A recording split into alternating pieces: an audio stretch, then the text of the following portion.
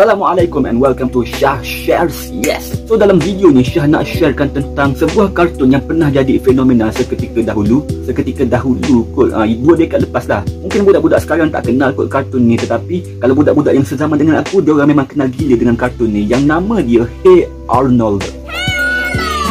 So what was this cartoon all about? So siri Hey Arnold ni memaparkan seorang budak bernama Arnold yang hidup bersama dengan atuk dan neneknya di rumah tumpangan dalam area bandar. Dalam sepanjang siri tu dia menunjukkan kisah hidup Arnold dalam mengharumi kehidupan seharian dalam area bandar. Area bandar yang boleh dikatakan penuh dengan masalah sosial. Siri ini telah dicipta oleh Craig Bartlett dan merupakan sebuah kartun popular di Nickelodeon yang bersiaran pada tahun 1996 hinggalah pada tahun 2004. Pernah ada 2 movie untuk Hey Arnold ni, dan siri ni tak ada proper ending, dia tak ada penamat yang proper.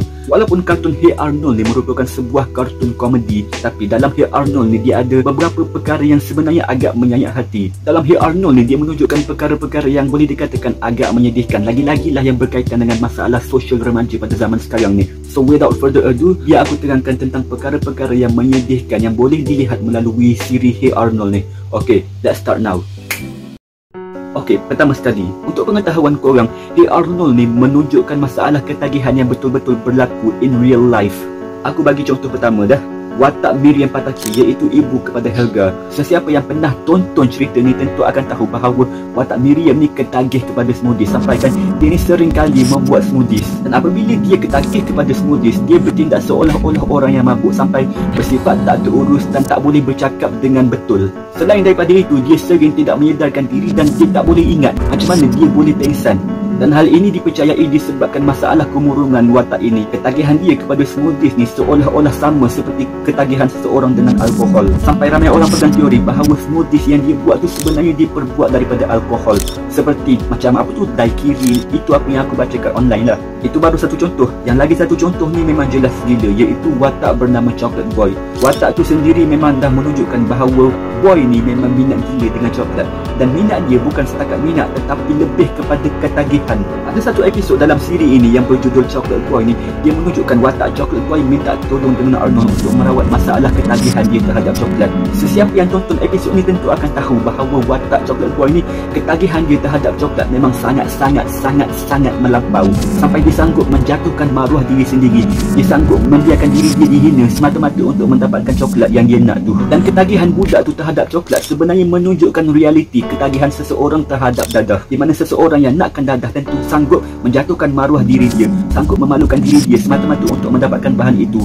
Tapi disebabkan ni kartun kat Nickelodeon, dia tak boleh tunjukkan dadah dengan jelas, so dia menggunakan coklat sebagai penyamaran kepada dadah tu. Dan boleh dikatakan episod yang aku sebutkan tadi ni antara episod yang paling gelap dalam siri Hey Arnold.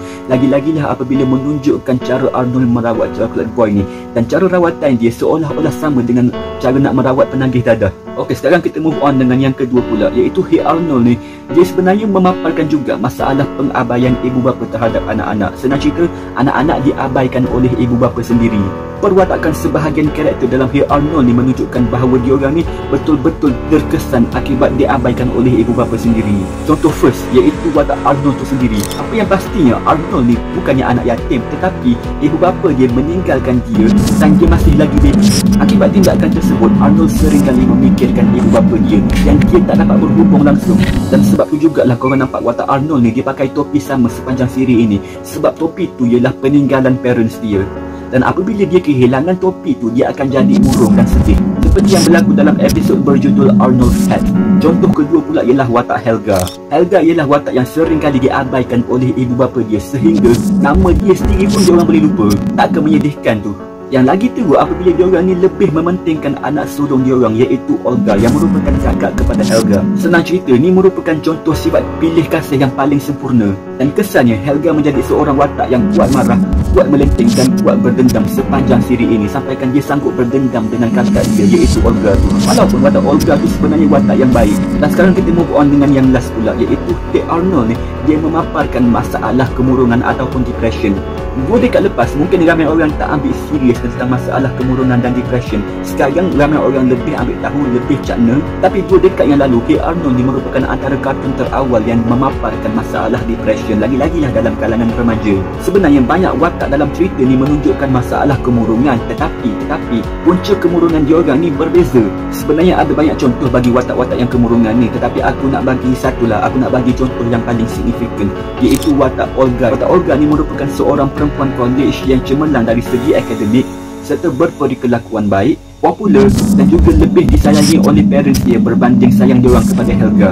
Macam aku kata tadi, parents diorang ni memang betul-betul pilih kasih. Ada satu episod yang menunjukkan yang watak Olga ni sebenarnya mengalami tekanan kemurungan, iaitu episod berjudul Olga Comes Home. Helga telah mengambil surat yang ada result exam Olga secara senyap-senyap.